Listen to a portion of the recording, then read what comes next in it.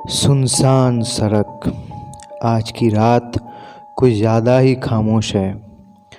दूर कहीं एक रात पक्षी का आवाज़ अपना ज़िंदा होने का सबूत दे रहा है।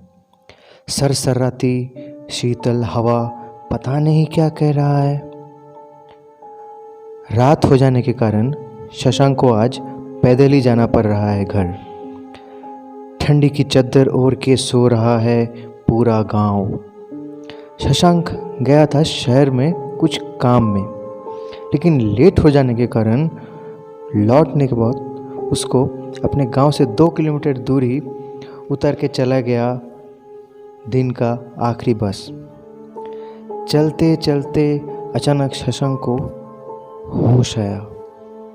ये कौन सा रास्ता है? अंधेरे में रास्ता गड़बड़ हो गया। अरे नहीं, वो तो पुरानी राजमहल का रास्ता है। दिख भी रहा है वहाँ पे। ये सोचते ही उसका नस नस में जितना खून दौड़ रहा था वो बर्फ जैसा ठंड महसूस होने लगा। इतनी रात छोड़ो या शाम के बाद कोई परिंदा भी पर नहीं मारता है। बचे कुछ हिम्मत को इकट्ठा करके वो फिर से उल्टा चलने लगा। अब दौड़ना है उसको, जितनी जल्दी हो सके यहाँ से भाग जाना है। वो क्या है? क्या आ रही है? कोई लड़की की परछाई ऐसे लग रहा है। भागो भागो जल्दी। अंधेरा मानो कि और गहरा हो रहा है। कशमशाती अंधेरों में अपने कंधे पे महसूस हुआ हिम शीतल एक स्पर्श। पीछे मुड़ के देखा तो आप देख रहे हैं मेरा चैनल सर्च ऑफ साइंस। यहाँ पे हम लोग आज छानबीन करेंगे भूतों के बारे में। किताबों में, कहानियों में, अखबार की सुर्खियों में या डिबेट की महफिल में भूतों का अस्तित्व को लेके ना जाने होते हैं कितने घमासान। कोई सुनाते हैं ब्लडी मैरी की कहानी, तो कोई द नन की, तो कोई द ग्रज की। कोई डराते हैं प्रेतों का नाम लेके, तो कोई चुड़ैल के नाम से। क्या है हकीकत? क्या वजूद है? क्या विज्ञान के पास इसका कोई व्याख्या है? जानने के लिए बने रहिए अंत तक मेरे साथ, क्योंकि आज जो जानकारी आप लोगों को मैं देने वाला हूँ शायद आपको किसी और जगह पे ना मिला हो। बड़ा ही जटिल है इंसानी शरीर, और उससे भी जटिल हमारा दिमाग। सैकड़ों न्यूरॉन से बना हुआ है बिल्कुल एक इलेक्ट्रिक सर्किट जैसा संरचना हमारा नर्वस सिस्टम या तंत्रिका तंत्र का। जैसे एक इलेक्ट्रिक सर्किट में शॉर्ट सर्किट होता है, ठीक वैसे ही हमारा नर्वस सिस्टम में भी कभी कभी ऐसा हो जाता है। ज़्यादा सोचने के कारण, डिप्रेशन के कारण या दिमागी चोट के कारण, जिसको हम दिमागी रोग या मेंटल डिसऑर्डर बोलते हैं। इस तरह की स्थिति में मनुष्य कभी कभी अपना ही सोच में खो जाते हैं और देखते रहते हैं अजीबोगरीब घटनाएं। चिकित्सा शास्त्र के भाषा में इसको हैलुसिनेशन या भ्रम बोलते हैं। ऐसे हालात में लोग अक्सर रस्सी को साफ समझ बैठते हैं और अपने मन ही मन के जो डर है उसको भूत समझ बैठते हैं।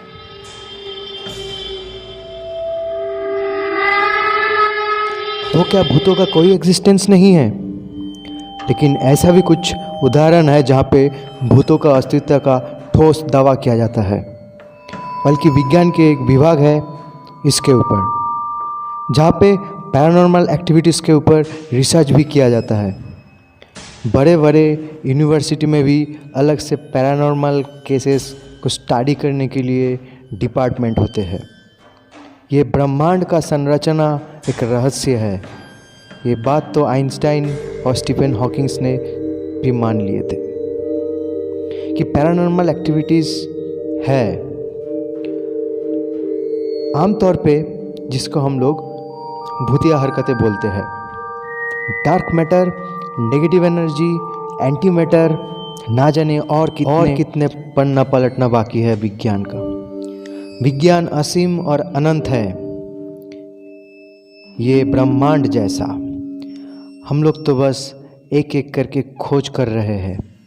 तो जो चीज़ हम लोगों का सोच से परे है वो सभी चीज़ों को बेतुकी या झूठ बोल के हमेशा मजाक नहीं उड़ाना चाहिए।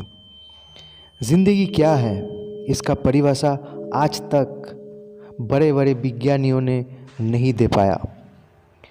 कैसे कुछ निर्जीव वस्तु से जीवन पनपा, ये भी एक रहस्य है। आमतौर पे हम लोग मान लेते हैं लाइफ यानी ज़िंदगी एनर्जी या ऊर्जाओं की एक रूप है, जैसे कि बिजली, प्रकाश और ऊष्मा। और हम लोग जानते हैं कि ऊर्जा एक रूप से दूसरा रूप में बदला जा सकता है।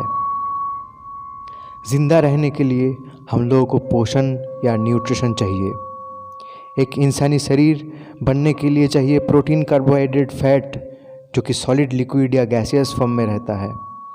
अब हम लोग जिसे रूह या आत्मा बोलते हैं वो है ज़िंदगी का मूल आधार। और मैटर का और भी बहुत सारे फिजिकल स्टेट या रूप हो सकता है, जैसे कि प्लाज्मा, बोस-आइंस्टाइन कंडेंसेट, फर्मियोनिक कंडेंसेट, जिनके बारे में हम लोग उतना जानते ही नहीं हैं। अब हो सकता है मैटर का इन्हीं कोई रूप में दूसरा तरह का जीव भी बन सकता है और उनमें भी ऊर्जा समा सकता है। हो सकता है वही भूत हो। जब वो सब इंसानी आँखों की या ज्ञान इंद्रियों का दायरे में आ जाते हैं, हम लोग उसको भूत समझ बैठते हैं और डर जाते हैं। क्या पता इंसान को देख के भी वो लोग यही सोचते हैं जैसे हम लोग उनके बारे में सोचते रहते हैं। तो दोस्तों, मेरा ये वीडियो आप लोगों को कैसे लगा ये ज़रूर बताइए और अपना राय अपने कमेंट सेक्शन में ज़रूर दीजिए और लाइक और सब्सक्राइब भी कीजिए, नहीं तो समझ लीजिए।